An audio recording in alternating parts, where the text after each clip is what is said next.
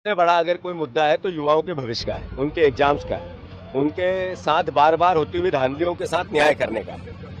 ये दुर्भाग्य कहें या इस नरेंद्र मोदी की कार्यशैली का एक प्रमाण कहें कि देश में जब से वो प्रधानमंत्री बने हैं 90 बार पेपर लीक हुआ है, 50 एग्जाम निरस्त हुई है, बार-बार नौकरियों में धांधली हुई है। पेपर लीक को लेकर कांग्रेस पार्टी की तरफ से ऐलान किया गया था। कांग्रेस पार्टी की कार्यकर्ता, कांग्रेस पार्टी के नेता अब जगह जगह पर भारी भरकम प्रदर्शन करेंगे, उन छात्राओं के साथ प्रोटेस्ट करेंगे जो लगातार हर साल बीजेपी सरकार में पेपर लीक हो रहे और इसके चलते उसी की पेपर लीक को लेकर जो है छात्राओं की ये जनसलाप आपको देखने को मिल रहा है, जहां पर सड़कों पर ये छात्रा जो है इस तरह से भागते हुए आपको नजर आ रहे। दरअसल ये प्रोटेस्ट कर रहे, सरकार के विरोध कर रहे।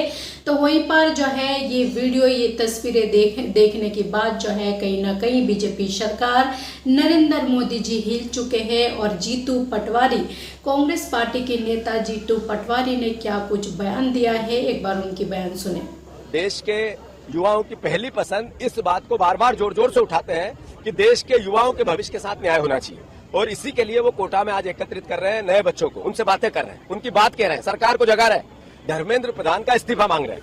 आज ग्वालियर में क्या लड़ाई है? लड़ाई यह है कि एक बेरोजगार बार बार एग्जाम देता है, एक बार भी सिलेक्शन नहीं होता, बार बार फीस देनी पड़ती है। आखिर बेरोजगार से सरकार फीस क्यों लेगी? इसमें तो सुधार की आवश्यकता है।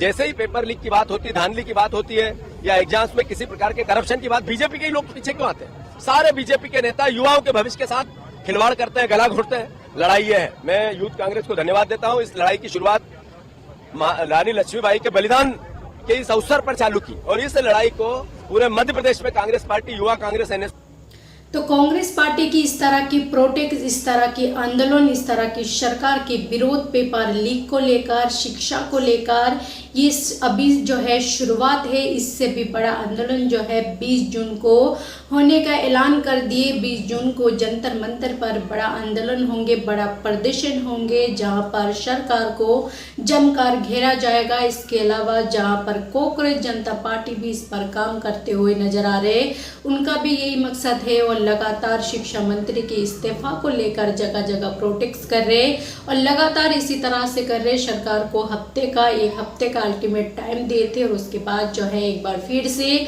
बड़ा प्रदर्शन होगा जंतर मंतर पर कांग्रेस जनता पार्टी का। और 20 जून को जो है कांग्रेस पार्टी की तरफ से बड़ा प्रदर्शन होंगे इन पेपर लीक को लेकर और शिक्षा को लेकर सरकार को घेरने का काम करेंगे। तो क्या लगते हैं, बीजेपी सरकार इसी तरह से अड़े रहेंगे या फिर इनके विरोध के आगे झुकेंगे?